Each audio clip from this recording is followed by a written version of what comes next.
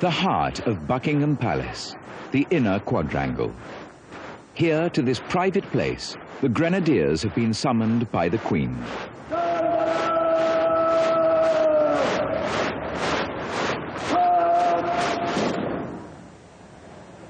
The Queen has come home from Parliament.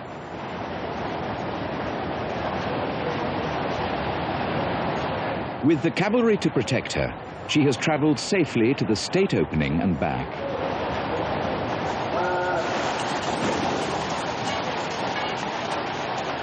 This rank past is to thank them and the grenadiers who stayed to guard the palace.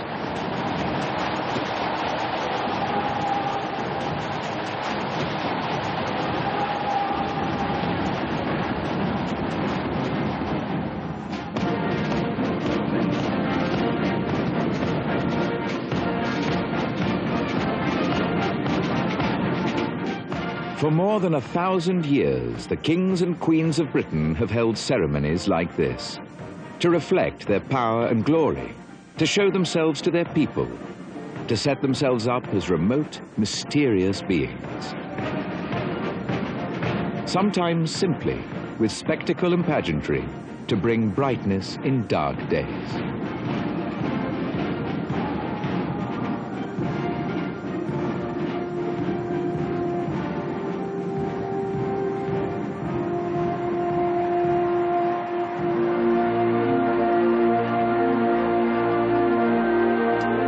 June the 2nd, 1953, the coronation. The most solemn ceremony of all, the day Elizabeth II was crowned Queen.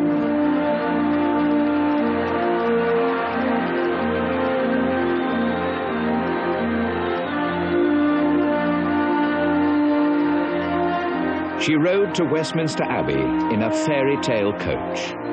She was young, she was beautiful. For one man who organized the great spectacle, that day, a dream came true. I thought, I'm having a marvelous dream.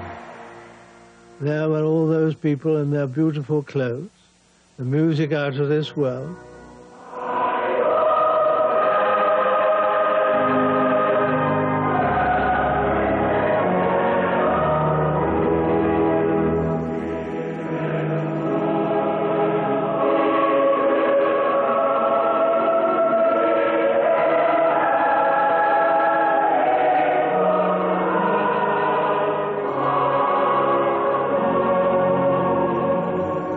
And the principal characters moving with supernatural dignity. Well, they were watching a fairy story, and a real one, not just make-believe. Because you see, men and women, they need food to eat and water to drink. But their imaginations are also desperately hungry for fairy stories.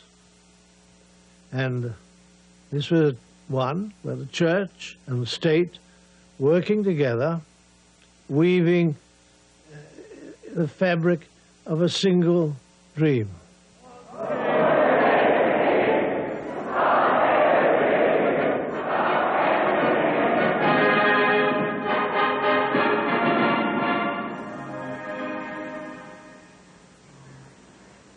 When royalty is involved, even paying the rent becomes a ceremony. This country estate in Hampshire was bought for the first Duke of Wellington by the grateful people of Britain, a gift for defeating the French at the Battle of Waterloo. Stratfield Say cost £600,000 in 1817. Today, for the present Duke, the rent is purely symbolic. It's a silk tricolour with gold embroidery round the edge, and swags, I think you call them, hanging from the top. And that part of it is the same each year, but it differs only in that the date is put on in gold lettering on the corner of each flag.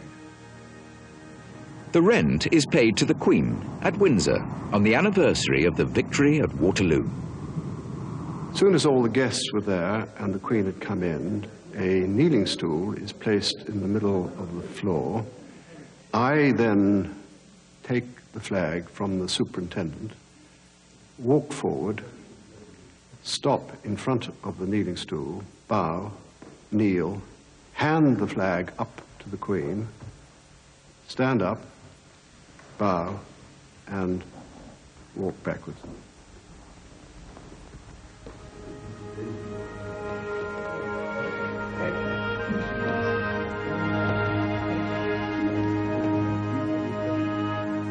The moment that little ceremony is over, the flag is handed to the superintendent of the castle, who takes it to the guard chamber and places it over the bust of the first Duke of Wellington. It's a symbolic ceremony, as I have explained, but to me, it's a very important historical link between the Duke of the day, myself for the time being, and my ancestor, commemorating really an event which took place now, whatever it is, 180 odd years ago, nearly 180 odd years ago. And I think it's a very interesting link with the past, and it gives one the opportunity to perhaps once again register one's gratitude as a family for what the nation gave to us in 1816.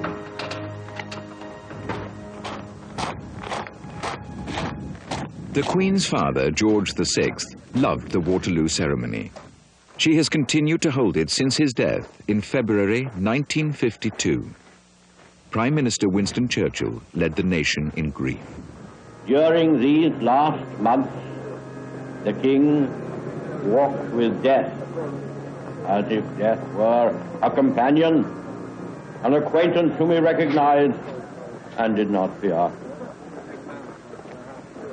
But the photographs of modern times have made vast numbers of his subjects able to watch with emotion the last months of his pilgrimage.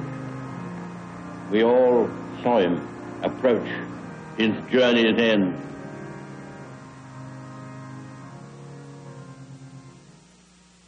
The new Queen was in Kenya. Her father, christened Albert, had ruled as King George. Would she take a ceremonial name? Her private secretary wondered. Well, we knew one thing, and it was this, that the first thing that had to happen was to find out what the Queen wished to be called on the throne. And so when I arrived at Sagana Lodge, I remember I came into the drawing room, or it wasn't a drawing room exactly, it was a sort of room that everybody sat in, and Prince Philip was in a sofa, I remember reading the Times, and the Queen was at the far end of the room, sitting very upright at her desk, rather high colour. And I sort of, did the most bow and said, "I'm so sorry, ma'am, to hear about this." And she said, "Thank you very much." And then I went up to her, and she wanted to send off a couple of telegrams, personal matters, which she did, gave me. And I said, "Now, I've got to ask you something. First question is, what do you want to be called when you're on the throne?" "Oh," she said, "well, my own name, of course." So I sent a telegram off to say that the Queen wishes to be called Queen Elizabeth II.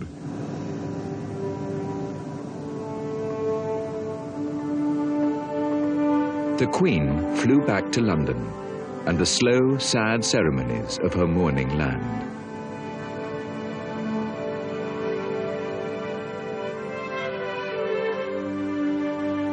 In the capital, the flags flew at half-mast. Every flag but one. Over her home at Clarence House, the royal standard had been broken out. From that day on, wherever she is in the world, the royal standard has marked the Queen's presence and power. Lance Sergeant Martin White. There's only one Queen's flag man, and I'm the person who does the job, and I'm quite proud, to be selected to do this job. If you jump into a black cab, the cabbie will always point out the tourist that the Queen is in residence by seeing that royal standard. But first of all, I get it from my room, where it's been hanging up to dry, and I bring it up to here, fold it out its full length, obviously top, bottom, fold the bottom to the top,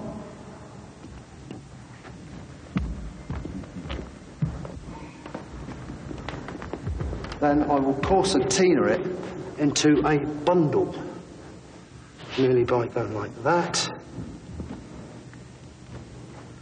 Once I've got near to the end, I'll just roll it off, and that is the Royal Standard, now ready for the Queen coming back to Buckingham Palace.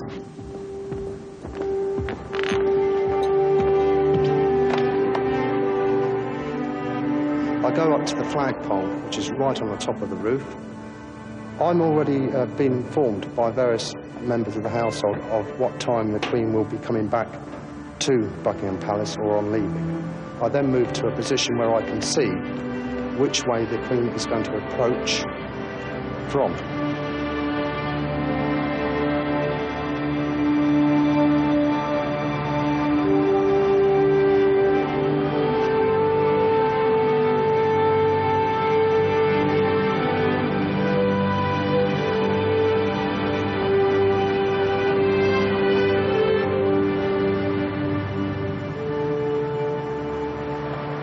I'm seeing the Queen's car coming in through either the north centre gate or south centre gate.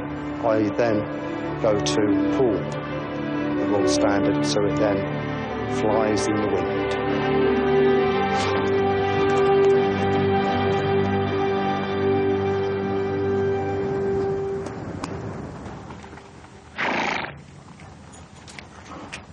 Hyde Park, London. This is where the ceremonial year begins, with a 41-gun salute from the King's Troop of the Royal Horse Artillery. It marks the anniversary of the Queen's accession to the throne.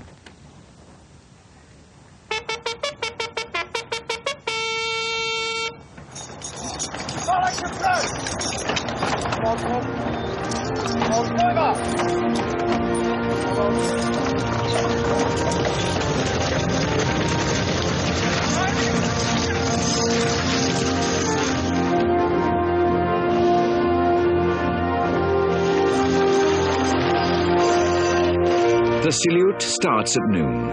Calling the shots, Captain George Shatland. Number 2 would have opened the breach. Number 4 actually rounds the round into the breach, and the number 2 then closes the breach. Royal salute! Number 1! Forward!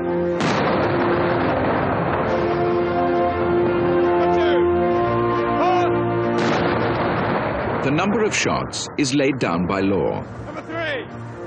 Forward! Hyde Park rates 41 guns, 20 for London, 21 for the Crown. But the Venetian ambassador found chaos on a visit to London in 1707. Then superstitious belief or ammunition supplies determined the number of shots. 100 years later, rules were drawn up for salutes on land and sea. Number 4! I normally have the regimental sergeant major standing behind me, who has a little leather wallet with 41 holes in it, and he presses a pin through each one as we fire each round, and he lets me know where we stand at each moment. And as we get to normally 39, he will say 2 more to go, 1 more to go, and last round.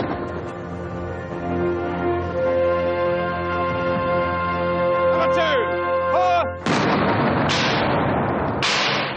The Queen's Remembrancer. Goldsmiths Hall, a medieval court case in 20th century London. The trial of the Picts has been held every year since 1248. Its purpose? To test the coins of the realm. The money has been brought to the court from the Royal Mint in boxes. These were called picks in the Middle Ages. Coins must be chosen at random for laboratory testing. This is the job of the jury. Presiding over the trial is the Queen's Remembrancer. The Queen's Remembrancer takes part because he's the last vestigial remains of the old Court of Exchequer. The record we have from the 13th century indicates that the coinage was tried by a jury in the presence of the barons of the Exchequer, who were the judges of the Court of Exchequer. It isn't simply the testing of the fineness of the coinage in the laboratory which needs to be gone into. The number of coins set aside must be tested, and that is a counting enterprise, hence perhaps the rather large number of jurors that we have. It is indeed in every way a trial, though the person in the dock is not a human being, but the coinage of the realm. 700 years old and still counting. Yet no one has improved on the trial of the Picts. The ancient ceremony remains the best guarantee that the coinage of Britain is sound in the modern world. Good morning. I can now confirm to you that this morning I saw Her Majesty the Queen and sought her permission for a dissolution of Parliament and a general election on April the 9th. The campaign can only begin after a chain of little-known ceremonies. In the bow room at Buckingham Palace, the Privy Council and its clerk await the first, the signing of the dissolution document by the Queen. At the House of Commons, the Speaker brings Parliament to a close. We do, in Her Majesty's name, and in obedience to Her Majesty's command, prorogue this Parliament to Monday, the 23rd day of this instant March, to be then here holden, and this Parliament is accordingly prorogued to Monday, the 23rd day of this instant Parliament.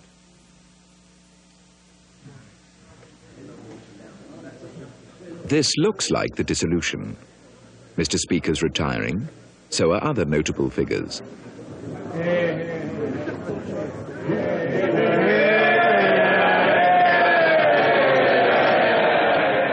But despite the fond farewells, this Parliament's not officially over yet.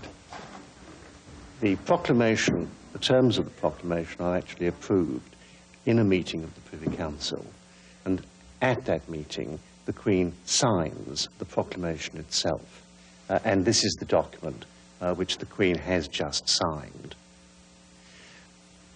From here, I take this to an office in the House of Lords, which is called the Crown Office, which is where the Great Seal is kept. And in that office, the Great Seal, in fact in its wafer form, will be affixed to the proclamation. And at the moment that the seal is actually fixed to the proclamation, it then takes effect, and Parliament, both houses, are dissolved. No law is valid without the Great Seal. Monarchs guard it jealously. Richard I's Chancellor drowned trying to save it in a shipwreck. Rebels stole Edward II's. With it, they hoped to seize his throne. Edward III made counterfeiting the Great Seal high treason. Charles I's was bitterly fought over in the English Civil War.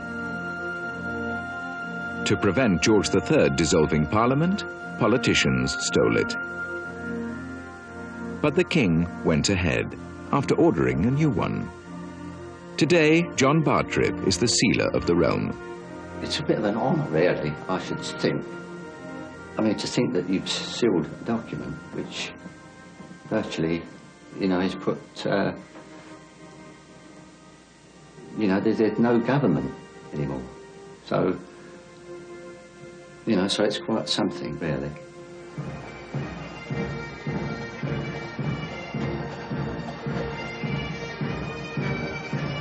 In Edinburgh, the election is proclaimed with pomp and pipes.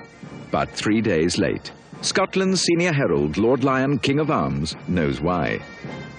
Well, in the past, it took nearly 3 days for a galloper to come with a proclamation from London, and that is why it's often made roughly 3 or 4 days later in Edinburgh. One wears the tabard to make the proclamation because by putting on the royal arms, which almost indicate that one's part of the royal presence, one's individual persona disappears and one takes on the persona of the sovereign. So in a sense, you speak with the sovereign's voice. The origin of this can be traced back into the far period of history on the time of the pharaohs in the Upper Nile, when the mask of Horus was placed over the person's head, and he then spoke with the voice of the incarnate sovereign.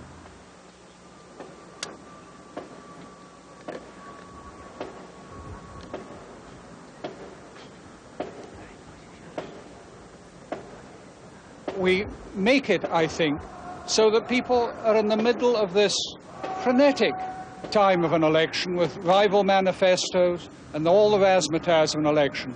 And I think they like to pause for a moment and reflect on the constitutional position and be reminded perhaps of the struggle to get the vote and how really serious is their action in the election later on.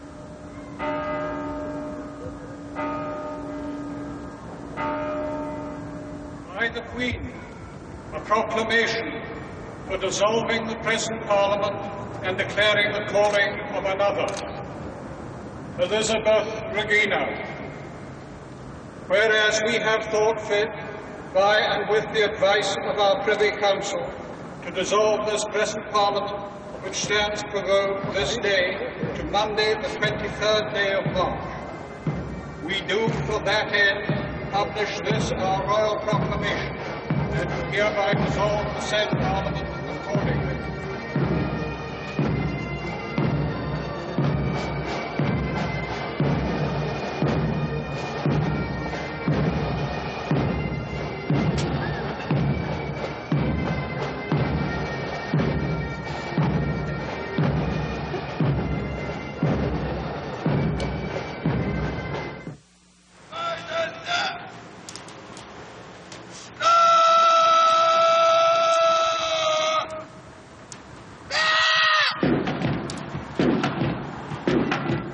Spring drills at Chelsea Barracks, London. Showing their paces are young officers from the Grenadier Guards. This is their first training for trooping the colour in June.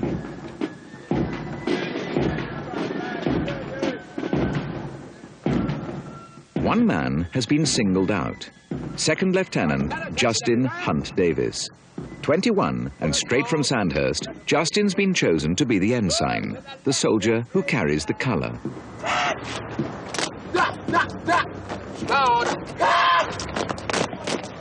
Knees up. This way, Thompson, sir. All together.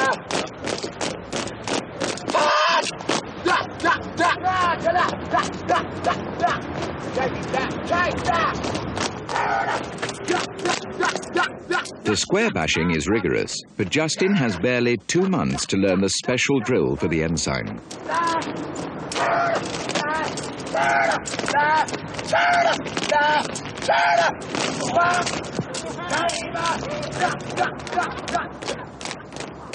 I think I'm very honoured to carry the colour. It's always something I thought I might do over the past couple of years when I knew that my regiment would be trooping the colour. And I always hoped it would be me. Obviously, so many people watching me. Very, very chuffed.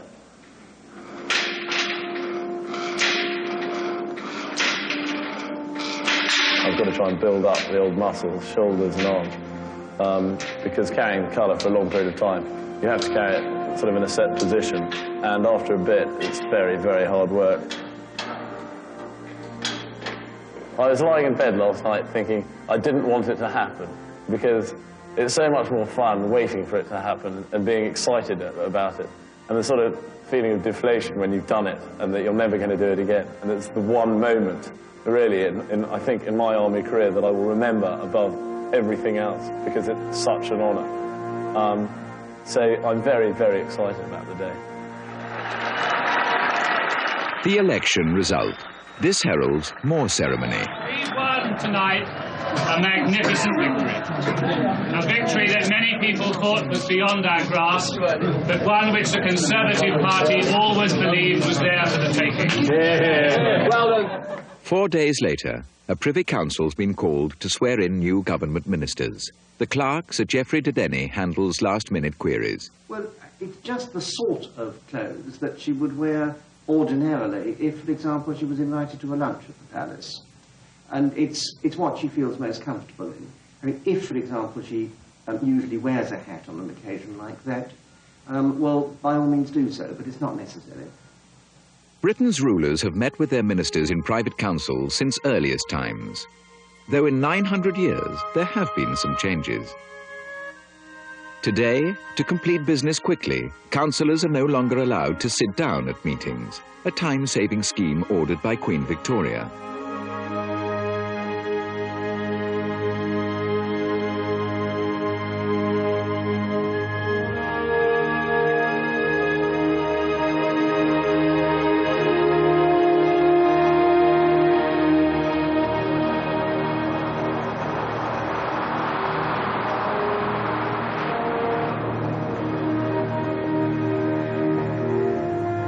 At this Privy Council at Buckingham Palace, members of the new cabinet must kiss the Queen's hand. Only then can they get on with the business of government. Once again, Sir Geoffrey de Denny is master of ceremonies. Excited, I think, is the best way I can describe the atmosphere at this sort of meeting. Many ministers are taking up new offices that they very much wanted to be involved in for the first time. They are meeting each other for the first time after a fairly grueling election. They have a lot to say to each other. They want to know what the ceremony is about. They all have very much individual views about what's going to happen. And it's a question of trying to reduce this, sometimes rather chaotic, assemblage to a degree of order that finishes with a line of ministers in the right order, ready to go into the Queen in a proper, seemingly dignified way and complete the proceedings.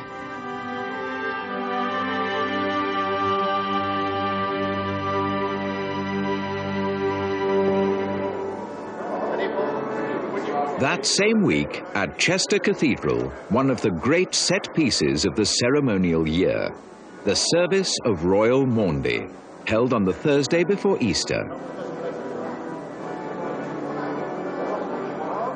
Since the 12th century, the kings and queens of Britain have followed Christ's example with a public show of humility.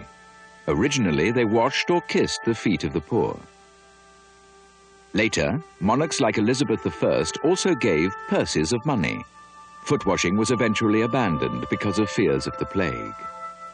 In the 18th century, Maundy recipients still had to be old and poor. Now they are chosen for their work with local churches. When I had the invitation that I was actually going to meet the Queen and receive the Maundy money, it just seemed to be beyond my wildest dreams. I didn't think it could happen to people like me. The postman knocked me up at 7 o'clock one morning and answered the door to him, and there he was with a letter there, and he didn't like putting it through the door. He couldn't bend it, and it had Buckingham Palace on the back of it, so that set me wondering. When I opened it and found out what it was, ooh, well, feelings I was over the moon.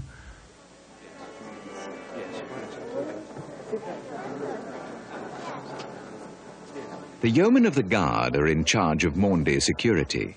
They carry the dishes aloft because it's an old tradition. This dates back to the days when food was also distributed. It had to be kept out of reach of the hungry crowds.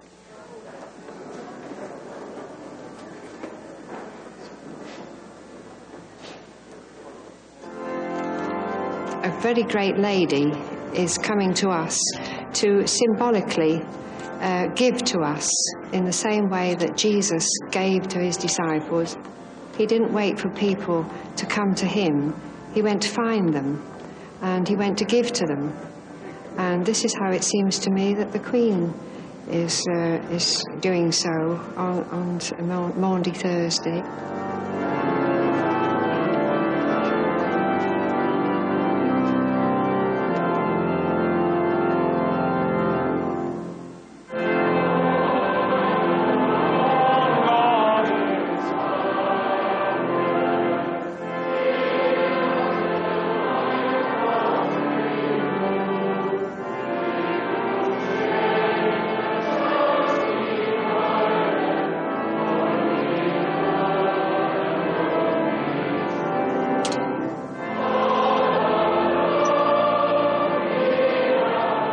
The service dwells on the themes of humility and love.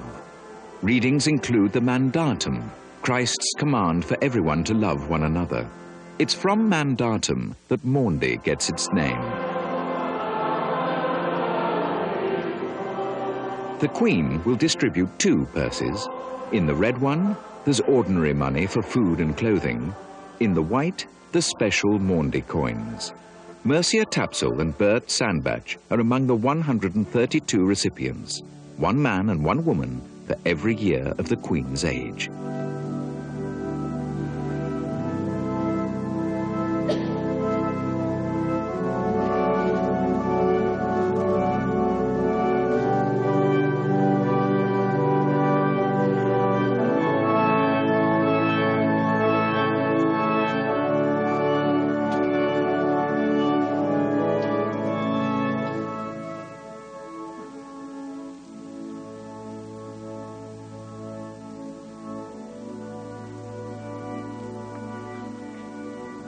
Great privilege to really be holding this money and to feel that I've got this to keep.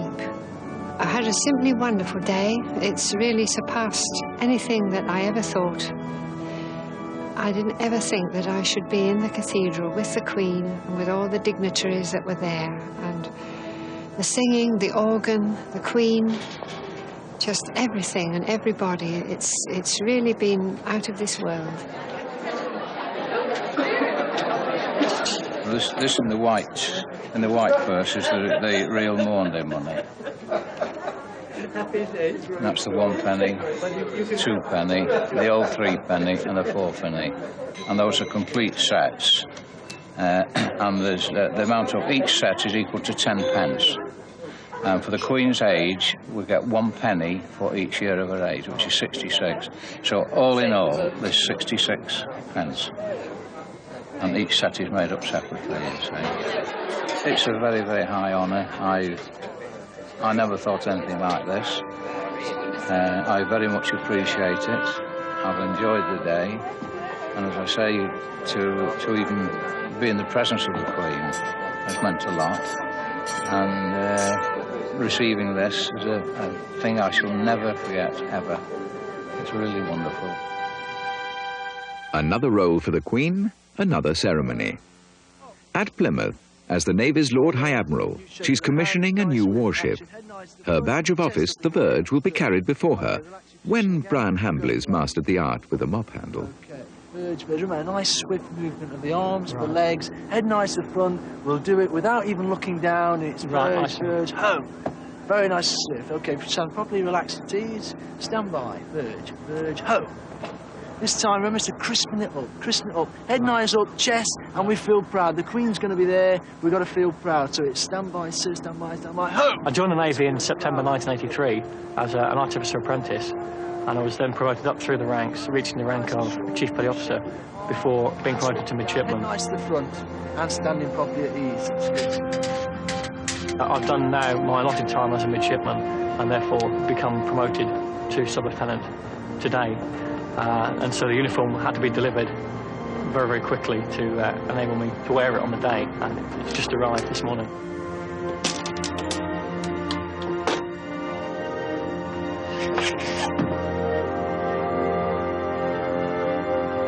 The Verge is a silver mace, made in the reign of Charles I. The King gave it to be carried in battle before his Lord High Admiral, the Duke of York, who became James II.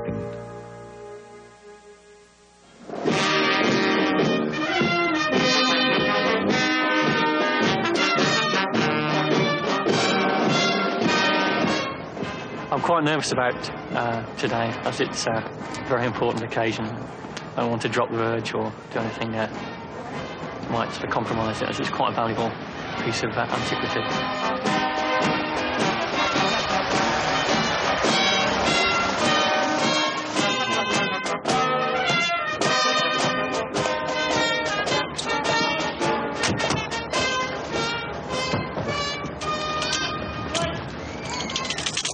The Queen became Lord High Admiral after reforms to the Royal Navy in the 1960s. As well as the Verge, Her Lord High Admiral's flag is on parade to mark HMS Lancaster's big day.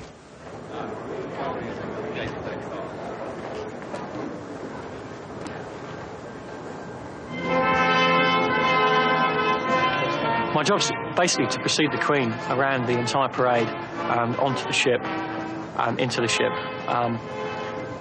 as a badge to allow people in front of the Queen to know that she's actually proceeding through the parade and to stand by ready for her presence as she arrives. What will be going through my mind as I precede the Queen on the parade will be not to get too far ahead. It's very difficult to see what's happening behind you when you're carrying the Verge, and it's perhaps inappropriate to look back over your shoulder. So it's more a matter of educated guesswork. Also, my wife and children will be in the stand, so I've got to be very careful not to be too conscious of them as I walk around as well. It's a very special day for them. As a final touch of ceremony, a veteran Lancaster bomber salutes its new namesake.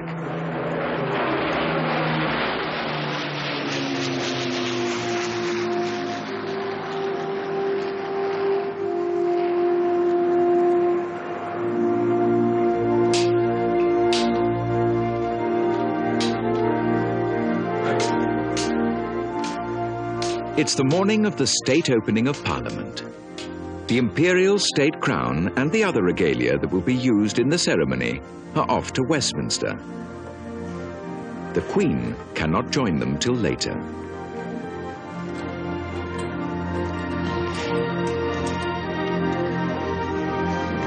Outside the Houses of Parliament, MP Sidney Chapman sets off the opposite way, to be held hostage at Buckingham Palace for the safe return of the Queen.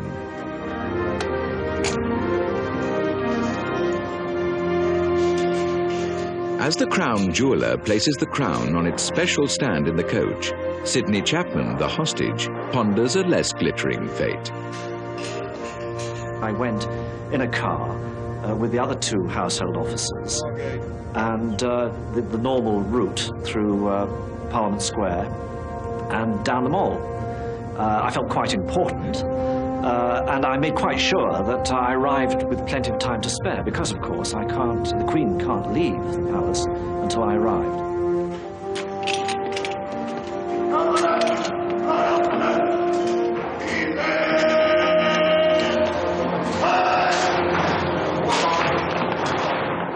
Taking an MP hostage is a long-established precaution.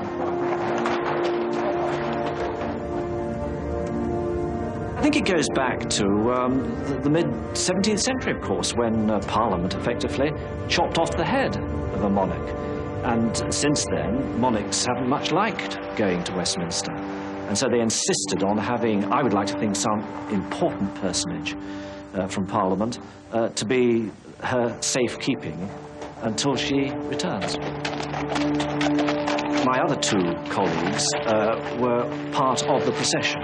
So they returned with Her Majesty to Westminster, but I was the hostage at the palace.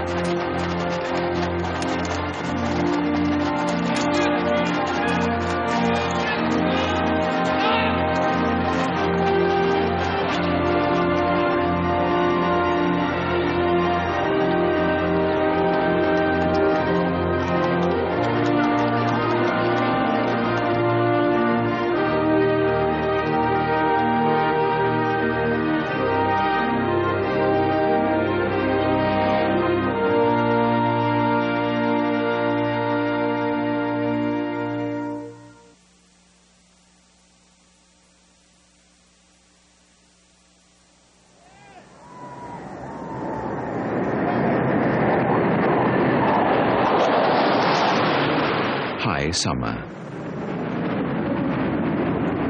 It's the high season for royal ceremonies.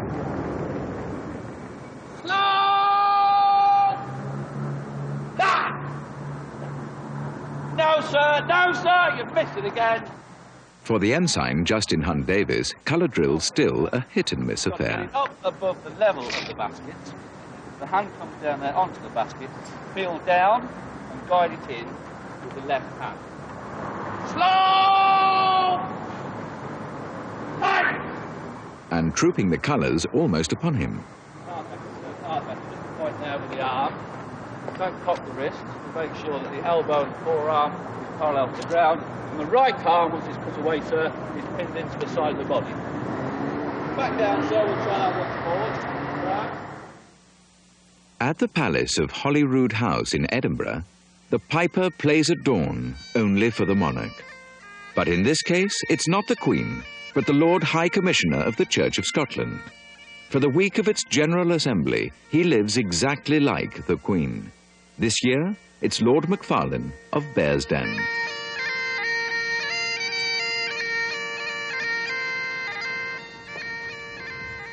Only the Queen ranks above the Lord High Commissioner in Scotland during the period of the Assembly.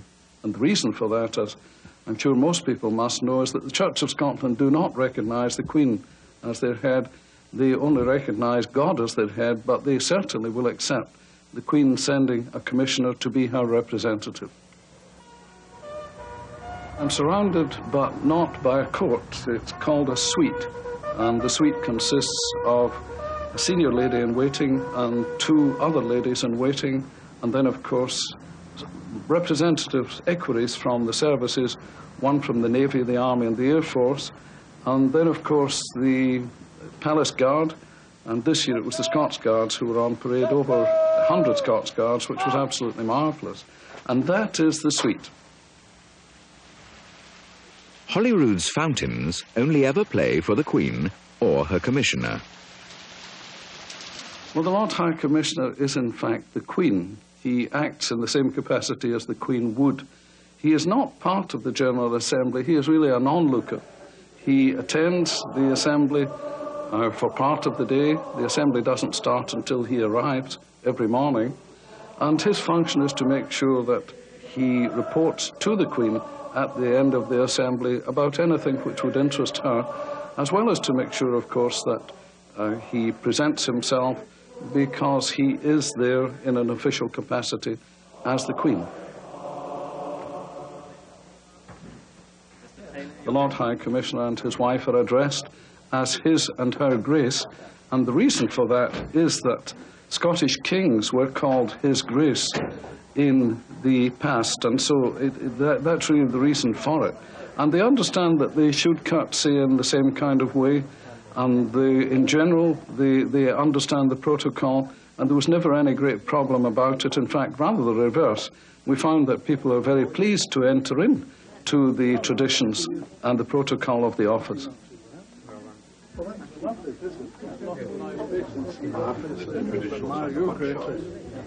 think they're very comfortable. The closing of the Assembly brings to an end his royal status.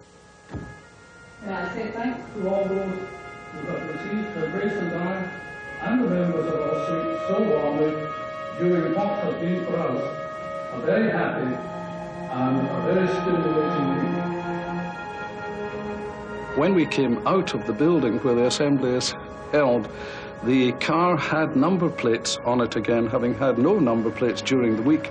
The Royal Standard had disappeared, but the biggest shock of all was when we got back to the Palace of Holyrood House, the Scots Guards had disappeared.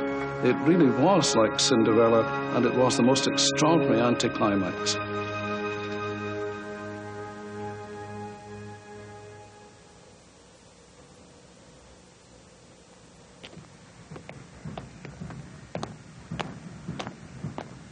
All the officers walk across St James's Park. There's no drill involved.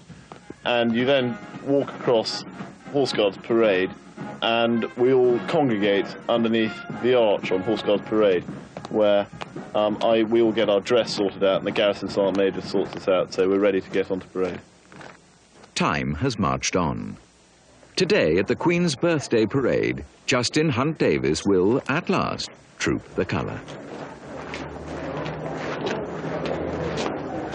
I got under the arch at Horse Guards, and the Queen's umbrella orderly for that day, who was a Lance Sergeant in the support company, had got my colour belt, which is the thing I panicked about more than most, because I had no control over it until it was under the arch. Anyway, he grinningly gave me the colour belt, and then kindly helped me put it on amid much laughing from everybody. I seem to remember a few of the officers were there as well, pulling bits of tunic and threads and bits of button away from me. And we all had a good laugh while this Sergeant Hill put the colour belt on me. I seem to remember, just after putting the colour belt on, my father appeared. He was going across Horse Guards to go and sit and watch the parade. But I seem to remember him shaking my hand in a very formal way, and wishing me good luck. It was probably the most nervous I felt, because there was something very formal about it, which was quite unlike my father. Father and we are watching an extremely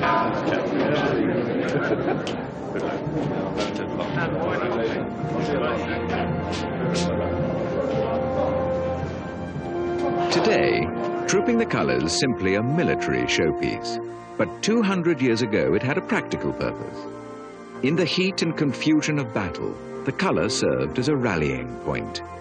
So soldiers needed to know what it looked like.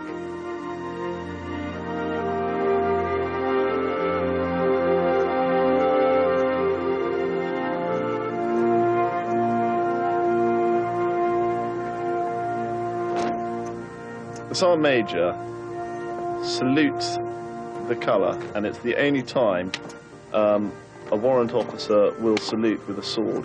He then gathers the colour, marched forward and presented me with the colour. And it's at this moment I knew that all the cameras were on me, and that was the focal point of the whole parade. It's one of the parts of the parade that everybody knows and thinks about almost more than any other part, is when the Sergeant Major presents the ensign with the colour. So, although I wasn't especially nervous at the time, because I'd done it so often, and there was more to come which I was more worried and nervous about, I knew that it really was very, very important that it was done properly. It was actually a very exciting moment.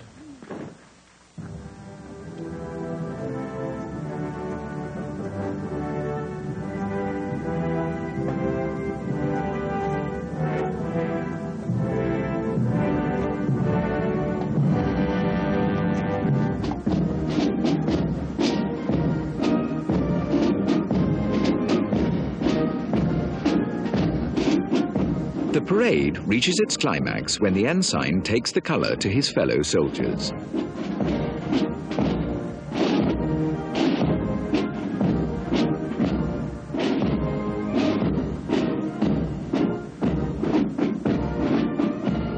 He carries, or troops, the colour through their ranks, slowly enough for each man to remember the flag's markings.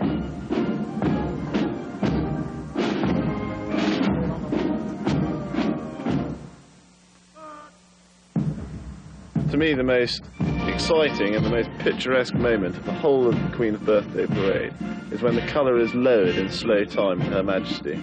We slow march up first, obviously, as the escort, and then come on to what's called the saluting line, where the captain of the escort will give an eyes right. And when he gives an eyes right, the colour is lowered so it is horizontal to the ground. At this point, the Queen will bow her head to the colour because it's been consecrated, and it is the colour being lowered to the sovereign as a sign of respect. It is saluting the sovereign.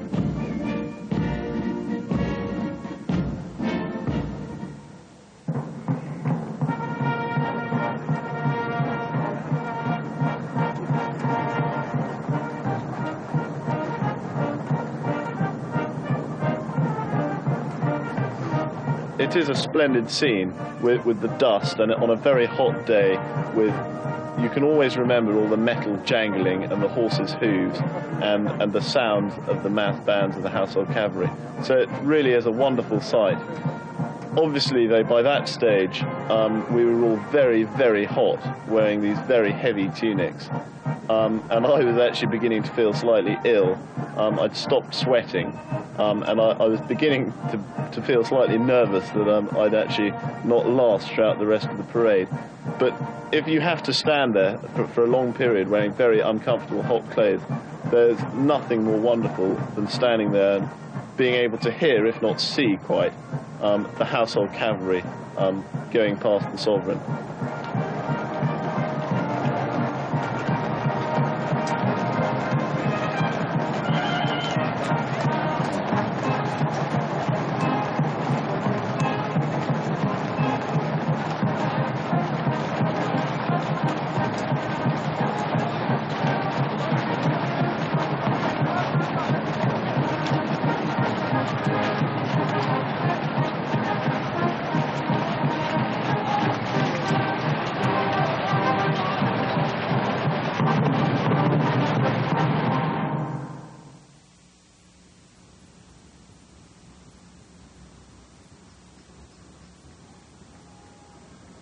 The Monday of Royal Ascot Week at Windsor Castle, the traditional date for the annual procession of Britain's most exclusive order of chivalry.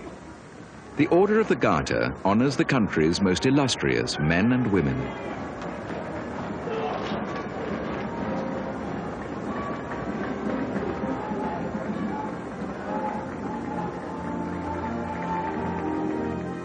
Edward III was inspired to found the order in 1348, when it said a lady's garter fell off at a ball.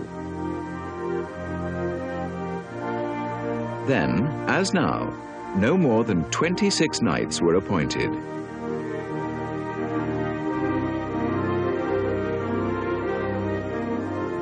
The most solemn rite of the day is the investiture, when the sovereign herself dresses new knights in their robes and insignia. A few paintings exist of this once private ceremony, but it has never been filmed until now.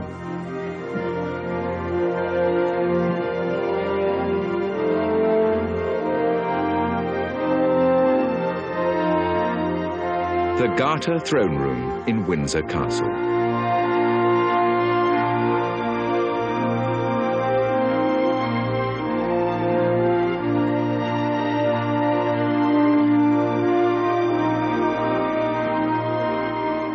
The original Black Rod and Garter King of Arms were appointed to run the order in the 15th century. Today, their successors lead the Queen's procession.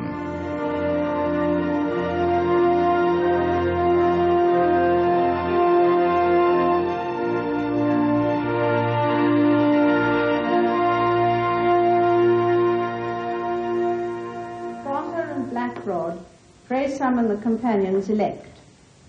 3 new knights have come to be invested. One is the former Prime Minister, Sir Edward Heath. My lords and ladies, pray be seated. As custom demands, Sir Edward has chosen 2 other members of the order to help with the ritual. The Right Honourable Sir Edward Richard George Heath. The 2 knights of the Garter who supported me were Lord Carrington. The other one was Lord Callaghan, who was formerly the Labour Prime Minister, who also I've known for many, many years, and we've always got on perfectly well together. I thought it was a very suitable thing that on the Garter I shouldn't be politically biased, but that I should have supporters from the 2 main parties. Well, the Garter is held there on a cushion, and the Queen takes the Garter and then hands it to the page. The page then kneels down and places it round your leg, just beneath the knee. While this is going on, then the bishop, who is the chaplain to the order, reads out the historical injunction to the knights as to how they should behave, what they should do, and how they serve the monarch and the country. Into which thou shalt be engaged, thou mayest stand firm, valiantly fight, courageously and successfully conquer.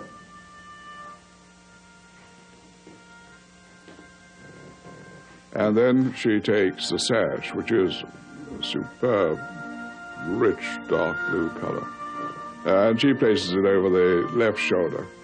The Garter, along with the Order of the Knight of the Thistle, is they're the only two which are placed over the left shoulder of all the honours in this country. She takes the star and pins it on the jacket on one's breast.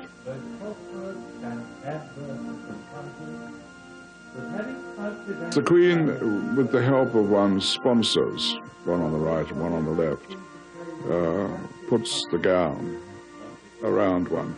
They help to lift it up, and then she takes it from the front, one side in each hand, and then finally folds it round one.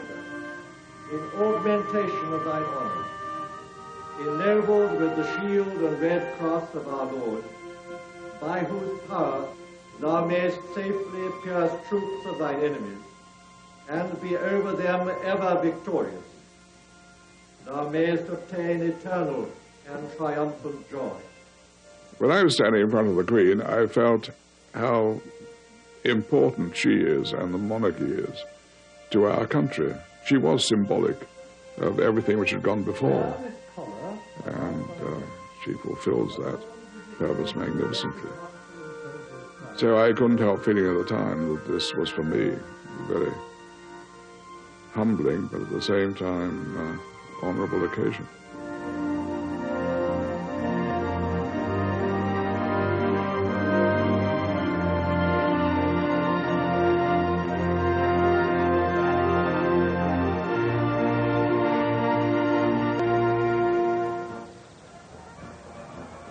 Holyrood House, Edinburgh. On garden party duty, the Royal Company of Archers. They're the Queen's bodyguard in Scotland. Though with only bows to defend her, their role is now only symbolic. But away from the ceremonial, the company stays true to its origins. It holds archery competitions. The top award, the Queen's Prize, has been won by Walter Simpson. Are you on duty as well today? No, ma'am. I was not. My name did not come out of the hat for this year's run, so I'm relieved to duty. You're free Not team. that it actually means I actually don't mind being on duty. I quite enjoy it. Good. So, Because it's quite a long stand. That, Well, isn't it? yes, for the old ones, but many more young now, which is very good. Well, some of the older ones find it almost easier to do than the younger ones, don't they? Well, this is what you've chosen. So you've got all the right things on it, Thank you very much. Well, I did inspect it. Did you? So Oh, I did you? hope, So you- I hope right. it is all correct. Mm-hmm. And this is a piece of family silver anyway. Is it? Yes. Oh, I see. Well, that's rather nice, isn't it? Which my father was sufficiently generous to pass on to me on this auspicious occasion. Oh, I see. And maybe what did you say? He won it 3 times. 3 times, did he? And your Father has brothers? 3. And my brother has won it. Oh, Quite a bit of competition. isn't it? Yes. I've been trying to catch up. Not quite a monopoly yet with the Simpson family. But it's still quite a popular thing to do. I've only tried Extremely popular. once. I Extremely hurt myself considerably. Yes. Doing that. But I did actually hit the target, which is, I gather, sometimes quite difficult. Well, that is a great achievement. But obviously I hadn't got a very long one. I think I got something slightly smaller. Well, anyway, there you are. That's. I'm very glad to give you that. And many congratulations.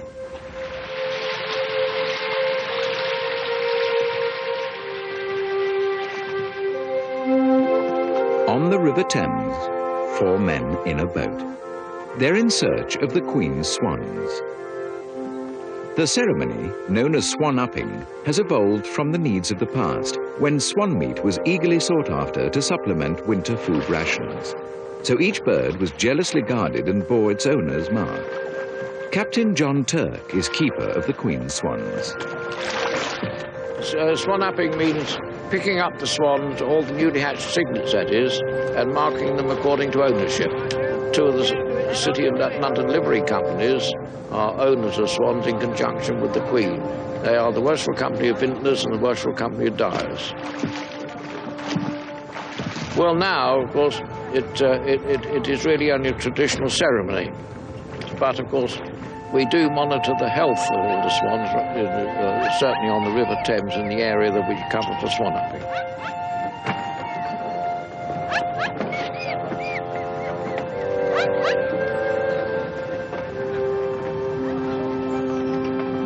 We surround them with our 6 boats. That's 2 for the Queen, 2 boats for the Vintners Company, 2 boats for the Dyers Company. We surround them up against the nearest bank to which they're swimming, and then we catch them with our bare hands. Pull them into the boats or traps on the shore, and smother the parent birds, that is, with our knees, so the wings don't flap too much because they're very dangerous. Tie them up, and then we capture the cygnets after that. Examine the beaks of the parent birds to find out the markings on them, and then mark the cygnets accordingly.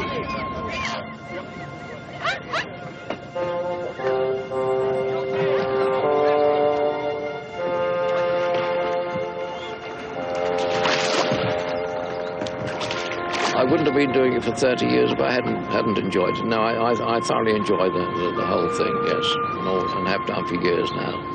I've been the swan master now to the Queen for 30 years, and I was swan upping for 10 years before that at least. One uppers upstanding! One uppers! Good! The Queen! The Queen! Say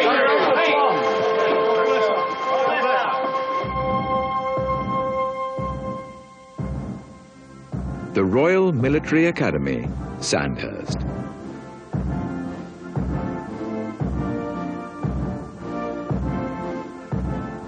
For young army officers, the Sovereign's Parade marks the end of a year's training. David Livingston has won the Sword of Honour for Best Cadet. He now stands on the threshold of a military career. Well, the first time I actually stood on those steps was 15 months previously when I first arrived at Sandhurst. And the very thought of even going up the steps seemed such a long way away that it would probably never happen. And so to be actually walking up the steps, also carrying the Sword of Honour, was almost incomprehensible at the time. The Sovereign's Parade starts a chain of ceremonies.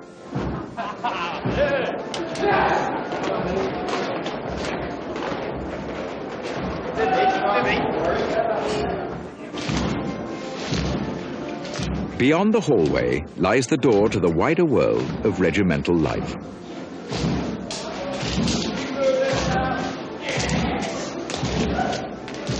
The tensions of training can at last be left behind.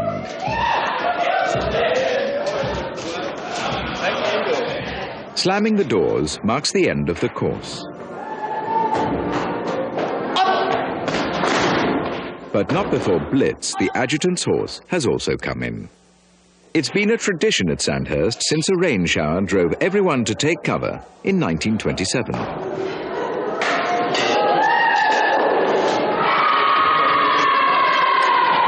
Work. 1 year's work. One tradition is just as soon as you've taken your boots off, just to launch them into the air. They come down to the earth with a satisfying crump as the polish cracks. Going into the quartermaster's stalls this time was a far more pleasant experience than the first time. This time was to get rid of all my kit. 2 cap edges. No, just the one. Just the one broke. It's a nice feeling though, because you got rid of your Sandhurst uniform, where you were just another cadet at Sandhurst, and you can actually look forward to getting your own uniform in your own regiment, which is, well, you're probably more proud of that than the Sandhurst one.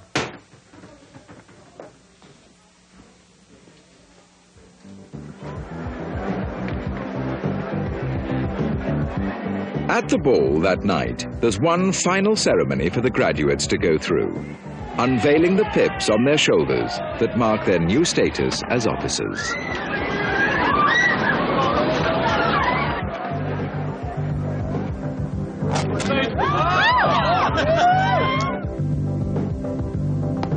When the first firework went up on the stroke of midnight, I was flanked either side by my sister and a great friend, both poised to pull ribbons off my shoulders to signify that I'd actually become an officer.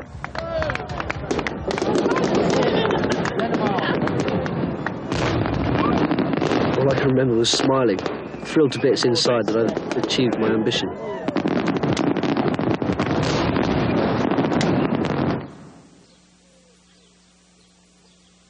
For some older soldiers, uniform also looms large. Lord Aylesford is the Lord Lieutenant of the West Midlands. Today he's dressing for a royal visit and a complicated schedule. The uniform is basically the Army Blue Patrol, with different badges, of course, with a broad stripe for Lord Lieutenants, a slightly narrower stripe for Deputy Lieutenants, and sword slings, and a sword with a mammal hilt, that one.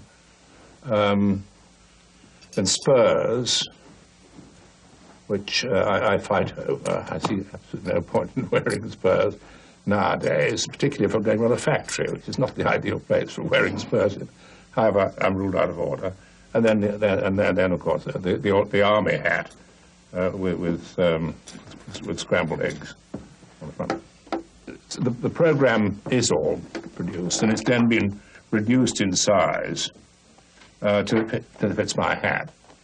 And as time goes on, I move around and put it back in the hat, so I can always look into my hat and see how far we've got and how we should do next. Once, Lord Lieutenants were powerful military figures. All the troops in the county were under their command. Today, their duties are ceremonial. They represent the Queen and greet royal visitors on her behalf.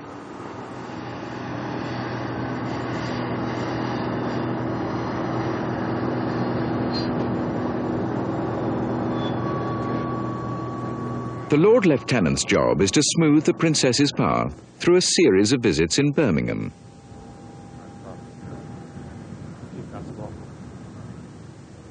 We meet them at the airport and hand them into their car, follow on, and when we get to the first venue, I leap out and present the first few people. I have to be there close behind her at that point because occasionally people do dry up.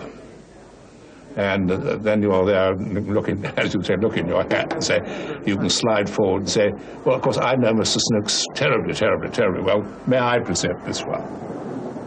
Can I also say the Princess's programme includes an engagement on behalf of one of her charities. The work which you do for charities and for Turning Point in particular.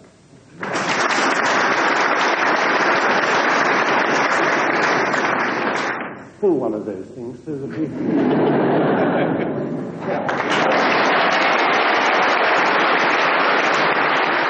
Next, the now traditional walkabout.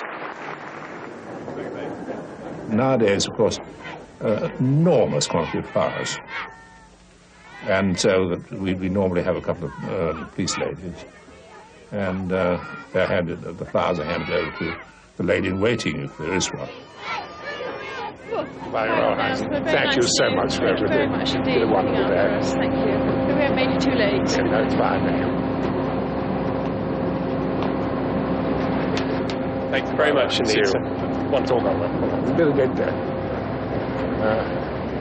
Now, it's cat cars. I'm enjoying them immensely. I always do. And the amount of voluntary work being done is absolutely unbelievable. And really, it was almost reduced to tears in one or two places. And I know that it's been a marvellous day, and she is so good at it.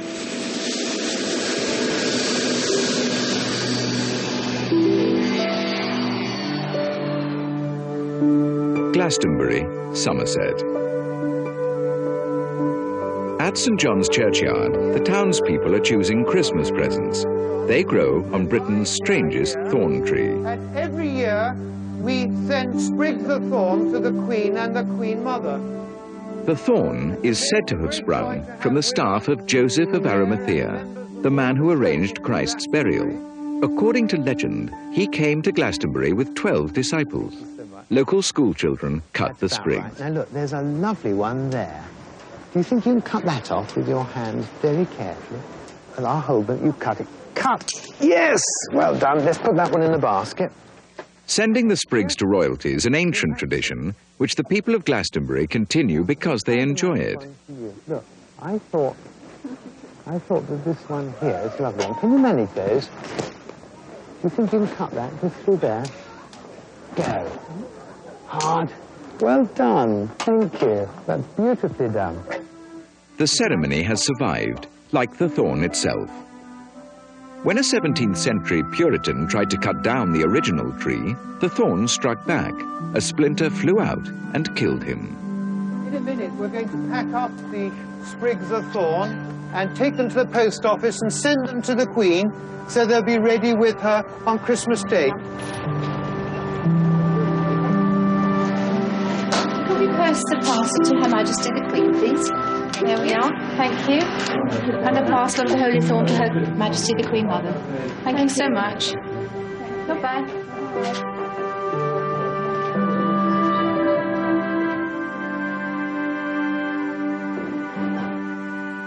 The next morning, the thorn has reached the Queen's audience room in Buckingham Palace. Oh, nice to see you. Thank you.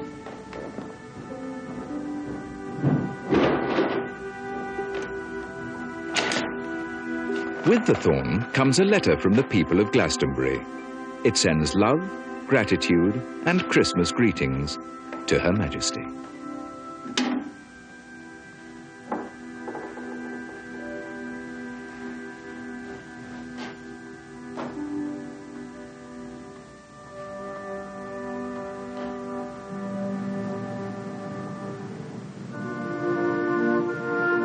At the Tower of London, not even the festive season stands in the way of the ceremony of the keys. It's a crucial part of the system to protect the crown jewels which are housed here. Every night, the military guards are joined by yeoman warders like John Mayer. The ceremony begins at precisely 7 minutes to 10 when I leave the Bywood Tower carrying the lantern and the Queen's keys. We proceed along Water Lane to the Bloody Tower where the escort has formed up.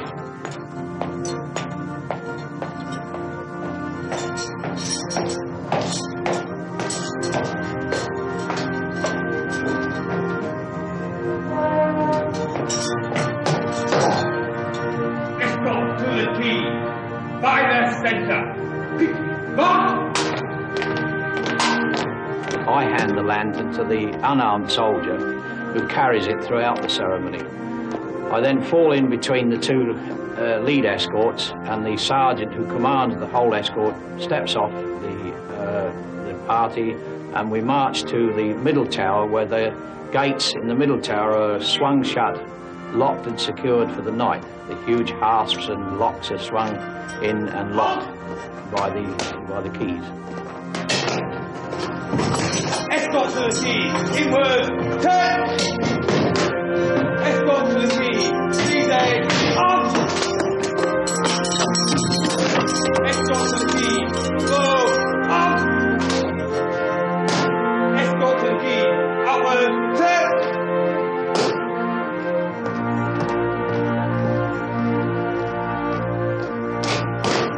Escort to the key. By the centre. Quick. March. 700 years of uninterrupted history. It's the oldest military ceremony in the world. But no one has found a better way of ensuring the tower is locked and possible thieves repulsed. Halt! Escort to the key! Halt! Who comes there? The keys. Whose keys? Queen Elizabeth's keys. Pass Queen Elizabeth's keys! And all's well! Escort to the keys! By the centre! Quick! March!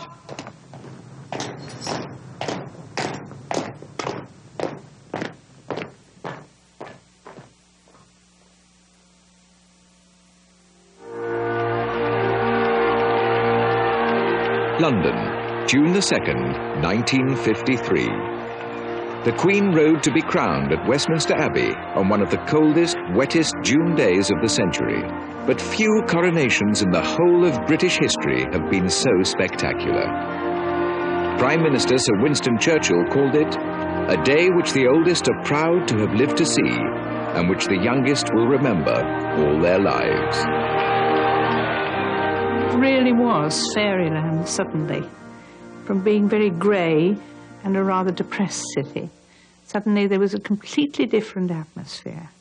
people were more cheerful, and there was this extraordinary feeling that you were going to a party.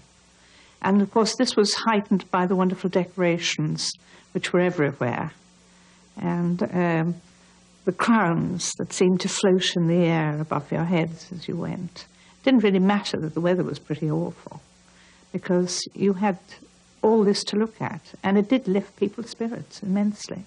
You felt something new was about to happen, and there was a feeling that youth was really going to try and do something worthwhile for the country.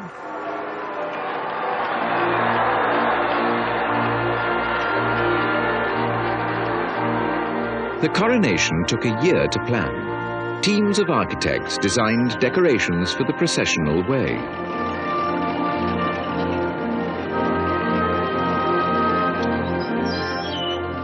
To test the strength of the viewing stands, platoons of grenadiers were drafted in to do physical jerks.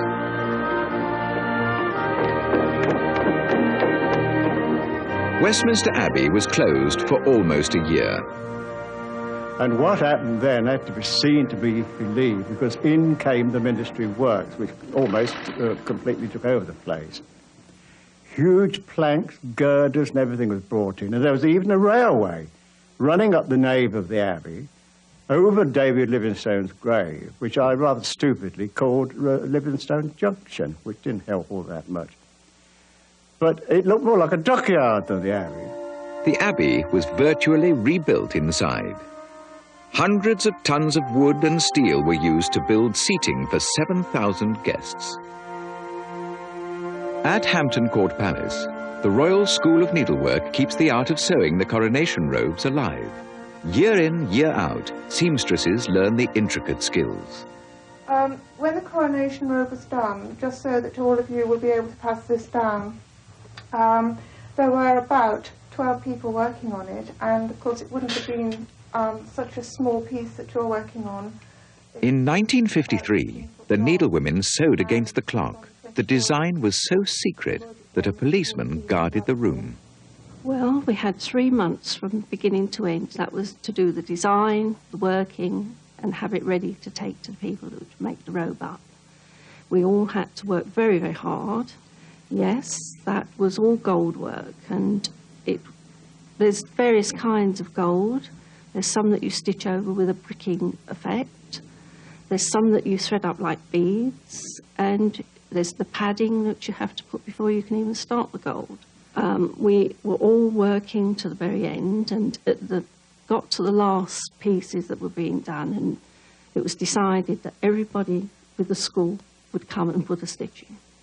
So it was all covered up so nobody could see the design, and we would prepare a piece of gold, thread it up, and each person would come in and put this stitch in, from a cleaner to a kitchen staff, everybody, the whole men, odd job men, anybody, they were all invited to put a stitch in. Before 1953, coronations were fraught with disaster. At George IV's crowning, prize fighters were called in to control rowdy guests.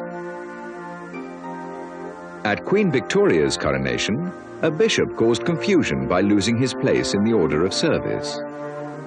And the Queen was not amused when her coronation ring was jammed on the wrong finger, where it stuck.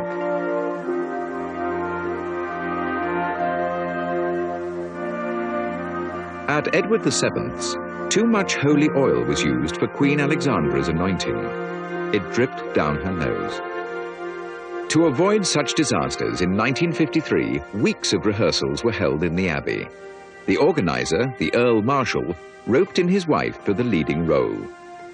I had to be ready to come to the Abbey every single morning at about 9:30, 10 o'clock. I had to take the part of the Queen. So whoever was rehearsing, they always had something to do with what the Queen was doing. And so I had to be the Queen. The crown itself was very heavy, and one had to make sure that it fitted absolutely right. Otherwise it could easily have toppled off. so heavy, and as one's hands were full of other things. And it feels like falling off the whole time. So you have to tell whoever's putting it on, put it on a little bit forward or a little bit back. Also rehearsing were Lady Moira Hamilton and Lady Rosemary Spencer Churchill. With 4 other girls, they attended the Queen as maids of honour. Lady Anne Cook was 20. Lady Jane Heathcote Drummond Willoughby was 19.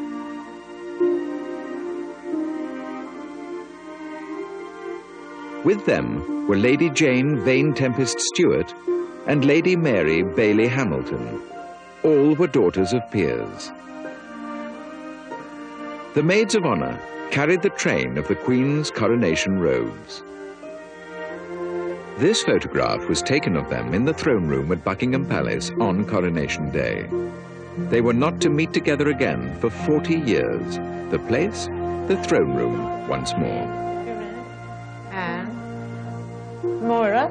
Afternoon, ma'am. Jenny.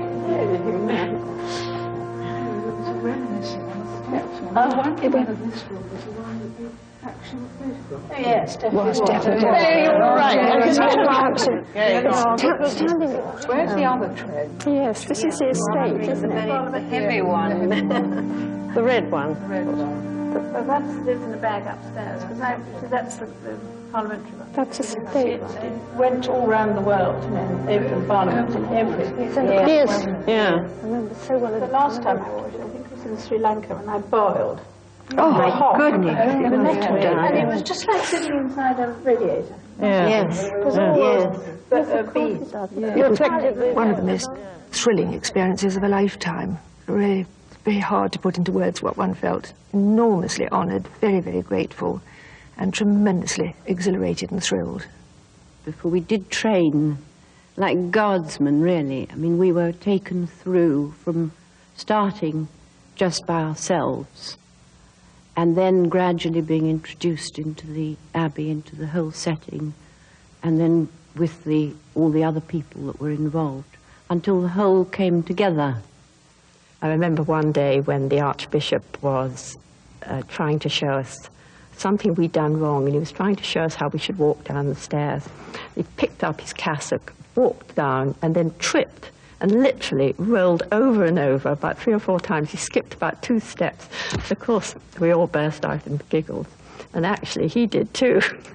He got up laughing. And so that sort of broke the tension a bit. You know, we'd all been rather serious up till then.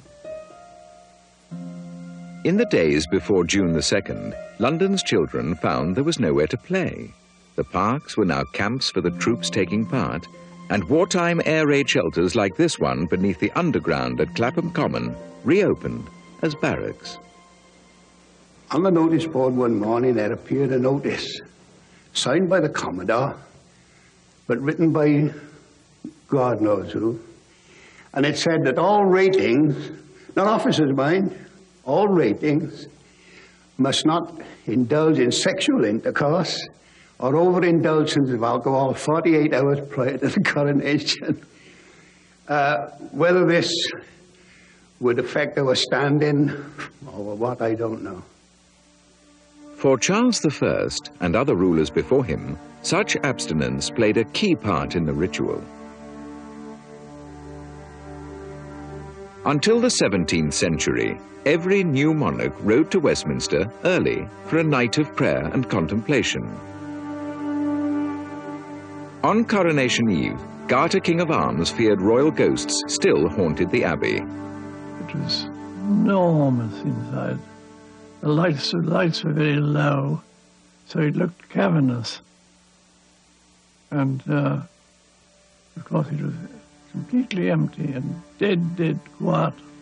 As I approached the altar, I, of course, came into view of St. Edward's chair, the carved oak chair, which the Queen is actually crowned in.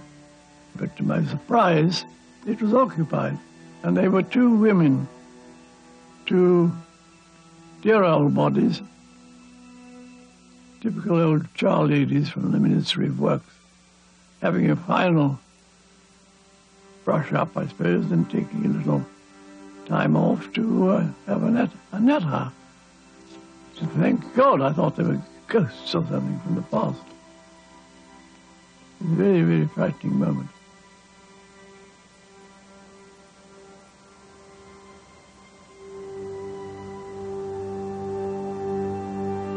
When Coronation Day dawned, London was one huge campsite. Along the processional way, crowds crammed every square foot.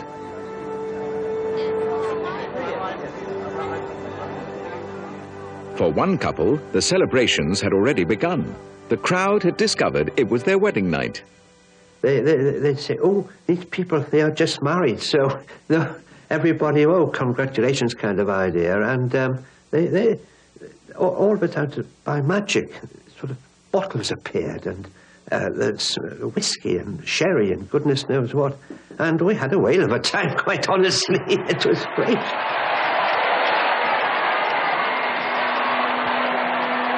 And so it was that the Queen came to Westminster Abbey, like monarchs for 900 years, to be crowned amidst music and splendour.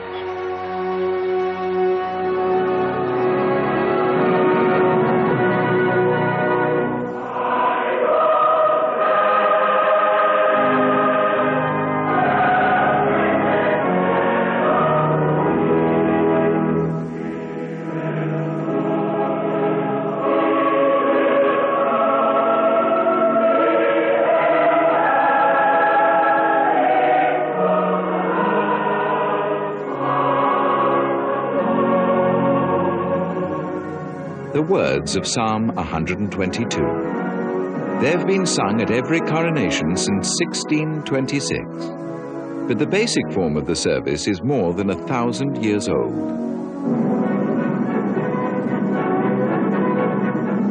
The traditional greeting of Vivat welcomed the Norman kings here in the 11th century.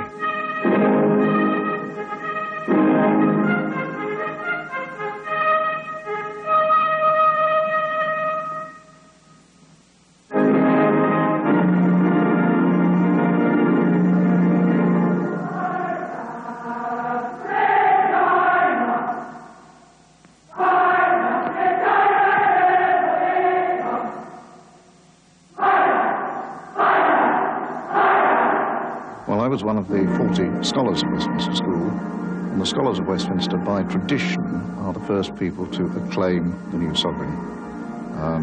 So me and 39 others were lucky enough at that time to have the job of shouting Vivat, Vivat Regina, Elizabethae.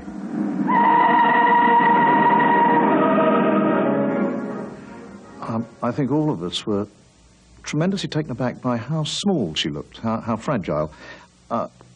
I don't think she's very tall anyway, but I think it was perhaps the majesty of the whole of the Abbey, the seating going up in great tiers, the banners, the flags and so on. But she looked almost lonely.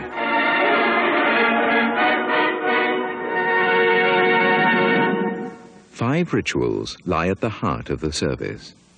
Sirs, I here present unto you Queen Elizabeth, your undoubted Queen. First, the people must recognize the Queen's claim to the throne. Homage and service, are you willing to do the same?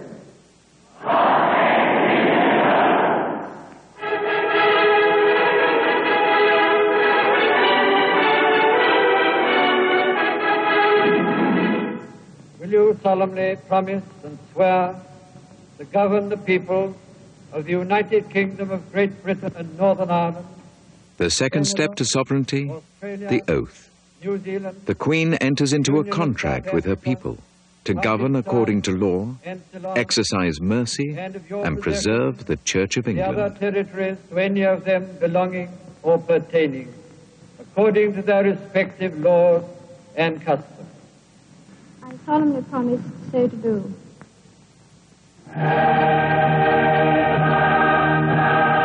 For one choir boy, it was overwhelming.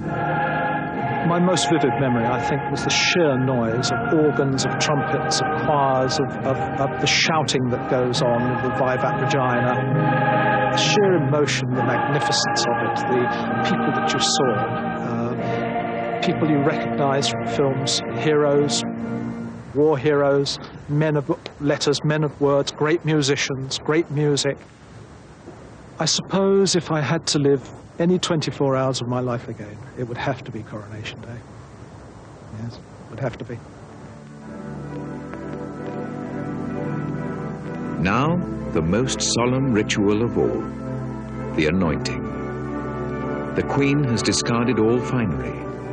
She moves to the coronation chair wearing a plain linen garment, just as the emperors of Byzantium came to this moment 2,000 years ago, clad humbly in the clothes of a peasant. Here, the Queen receives the gifts of the Holy Spirit. In 1953, this part of the service was thought too private to be shown. Film and television cameras were switched off. But the ritual is recorded in pictures from earlier coronations. The specially consecrated oil is brought from the altar. With it, the Archbishop of Canterbury makes the sign of the cross on the sovereign's head, hands, and breast. I have many, many memories inside the Abbey, but I think the one that's really seared in my memory is the one that I found the most moving, which was that it's a scene when the Queen is anointed, and she stands there slightly apart from everyone else with a very simple, what looks like, I think it was linen shift over her dress, unadorned, no crown, no jewels, nothing. And she looked so slim and young and very vulnerable. I find that deeply moving, very, very touching indeed. And also it was the most solemn part of the whole service. Once more, the Queen can don the mantle of royalty. Once more, the symbolism is ancient. Coats like this were worn by the men who ruled the Roman Empire.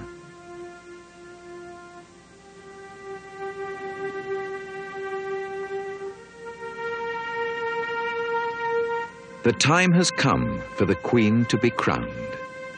This is the moment every Archbishop of Canterbury dreads.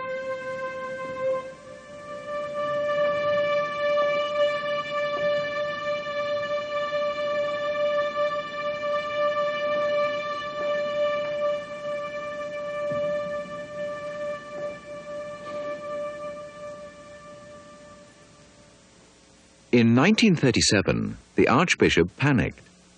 The King, George VI, wrote in his diary, "I had taken every precaution, as I thought, to see that the crown was put on the right way round.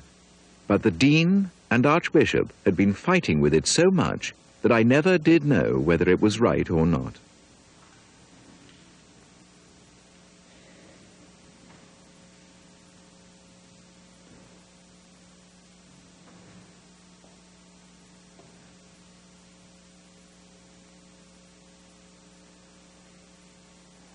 There were no such problems in 1953. 2 tiny gold stars marked the front of the St. Edward's crown.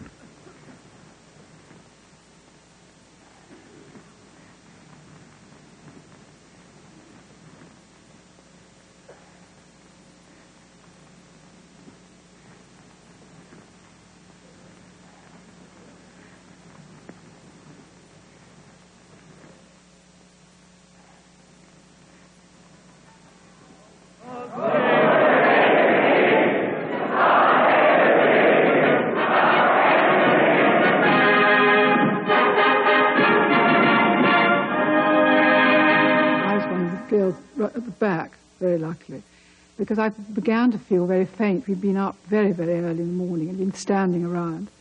And although we had some smelling salts in our gloves, it really wasn't enough. I began to feel very, very faint. And luckily, Black Rod, who was standing beside me, saw my sort of green face and put his arm across me to sort of hold me back against the pillar. And the Queen also, I think, saw that I was not feeling very well and sort of signalled that I should go out. But I think that just gave me, I was determined to see her being crowned, and so it was all right in the end.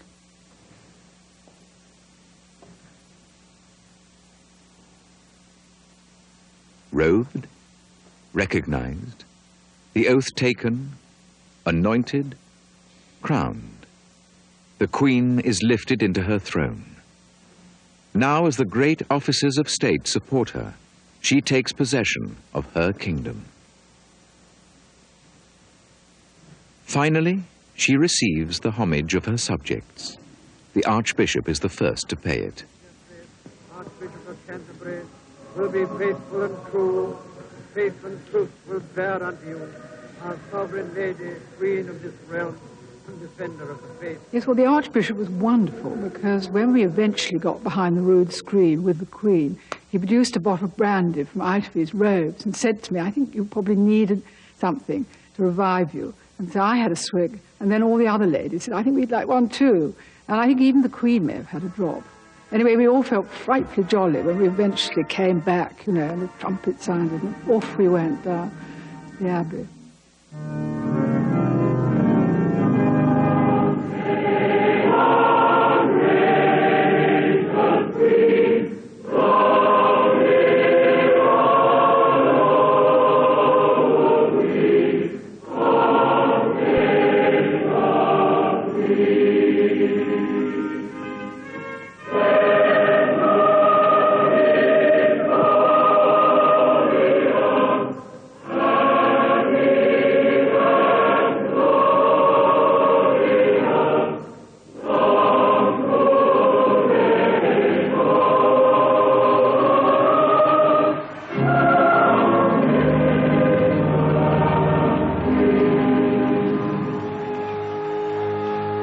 It was now afternoon.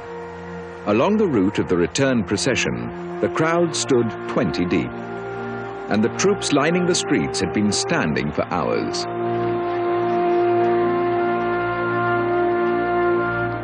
I felt a little woozy, I think. We'd stood there from 8 o'clock in the morning, and as some of the procession was going past, it was a little blurred. But a number of things do stick in your mind, and one of them was the Queen of Tonga. And to see her in this open carriage and the rain pouring down and her waving to the crowds, it was absolutely fantastic. Well, when the procession reached me, I was very emotional about this, very proud. Because after all, I am British, in spite of being Welsh, we are British. And it was such a thrill of pride to be taking part in this momentous moment in history. And when you think about it, I'll never see another one at my age. Very proud indeed. Nobody cared that it poured with rain. Nothing could dampen the spirits of the crowds as the Queen passed by.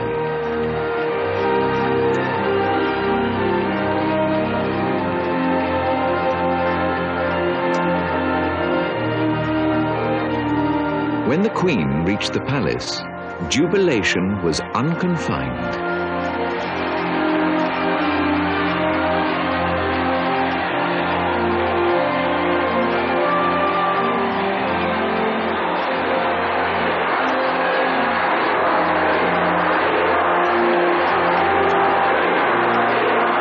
With the Queen, Lady Rain and the other maids of honor appeared on the palace balcony. The balcony scene was, I think, one of the most impressive of all. Standing on that balcony and looking right down the Mall, as far as you could see, there were just, well, thousands, maybe millions of people, I don't know. They just stretched forever, right into the distance. Pouring rain again, cheers, and absolutely so moving. Really, really moving and unforgettable, that scene. As her greatest day of majesty neared its end, the Queen broadcast to her people. The ceremonies you have seen today are ancient. and some of their origins are veiled in the mists of the past. But their spirit and their meaning shine through the ages, never perhaps more brightly than now. I have in sincerity pledged myself to your service, as so many of you are pledged to mine. Throughout all my life and with all my heart, I shall strive to be worthy of your trust.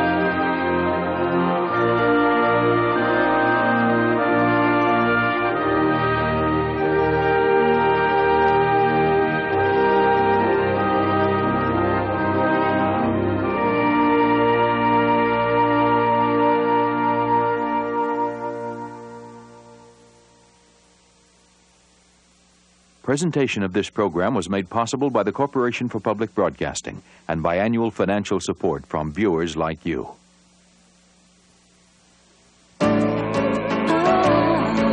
This is PBS.